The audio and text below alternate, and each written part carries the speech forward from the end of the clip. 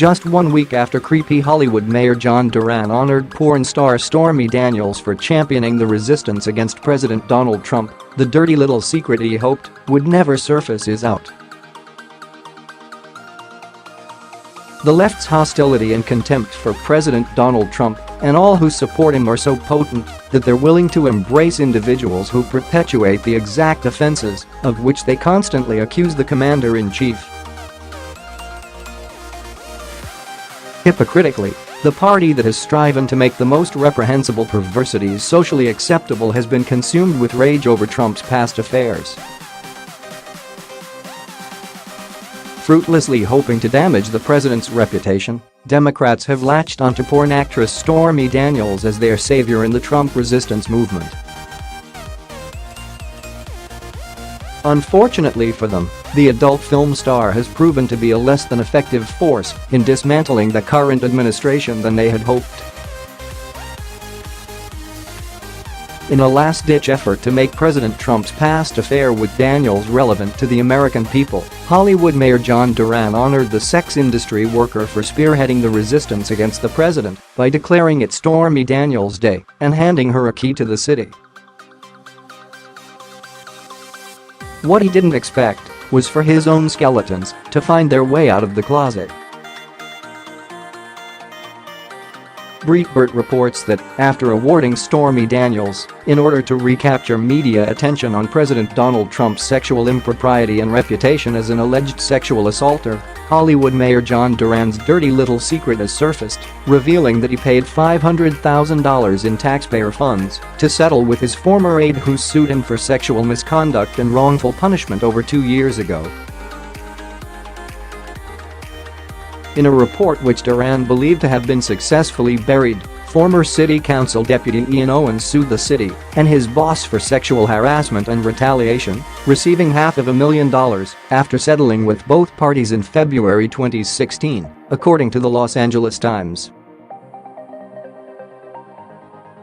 The newly resurfaced scandal sheds light not only on Duran's hypocrisy but the left's willingness to overlook their own transgressors in order to combat the GOP at all costs. In the lawsuit, Owens said Duran made sexual advances or sexually suggestive comments toward him well over 100 times.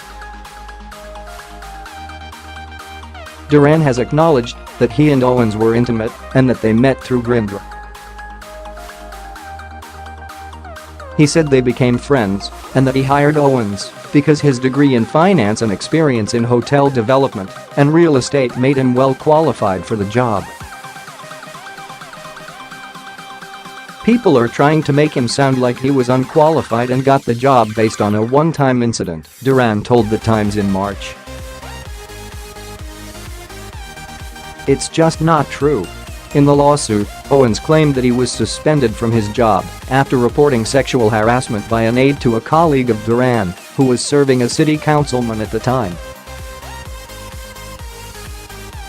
Owens alleged that Duran ignored the sexual offense because the accuser had rejected his own sexual advances, prompting Owens to sue the city and his former boss in Los Angeles County Superior Court in 2015.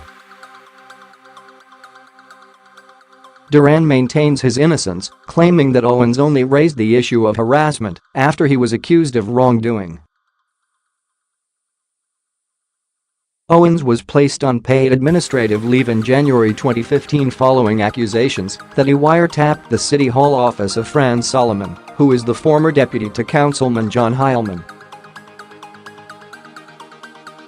Owens was reportedly suspicious that Solomon was soliciting political contributions for Heilman's re-election campaign. Despite the controversial lawsuit, Duran managed to shun demands to resign, later becoming mayor of Hollywood and self-appointed advocate of women and the LGBTQ in the fight against President Trump. Unsurprisingly, Daniels has also recently come under fire for past sexual misconduct. Adult actress Tasha Rain came forward in May 2018 to accuse Daniels of ignoring sexual assault on the set of a porn film. Rain alleges that, while working as an actress on the set of Daniels' film in November 2017, Daniels sided with the man who abused her. "I was sexually assaulted by one of her crew members. He groped and grabbed me from behind," she says, wiping away tears. "I spoke up immediately because I was in the moment and I was so proud of myself." She was the director that day. "I went straight to her and straight to the man that did it. We had a conversation about it. I went to the owner of Wicked Pictures. I did all the right things." And she did not handle the situation appropriately, respectfully, or professionally. So it's a little bit outrageous when I hear her say things about how she is standing up for women and wants to be a voice for other women, to be able to come forward when I was assaulted on her set and she didn't give me any care or attention and didn't even send that man home. The left has a history of accusing their opponents of the very crimes they are committing, and the Me Too movement is no exception. Democrats once again ignore their own sexual depravity in order to launch a self-righteous and hypocritical campaign against President Donald Trump, not for sexual abuse, but the private affairs of two consenting adults. It's part and parcel of the many reasons the left continues to lose elections and support from the American people.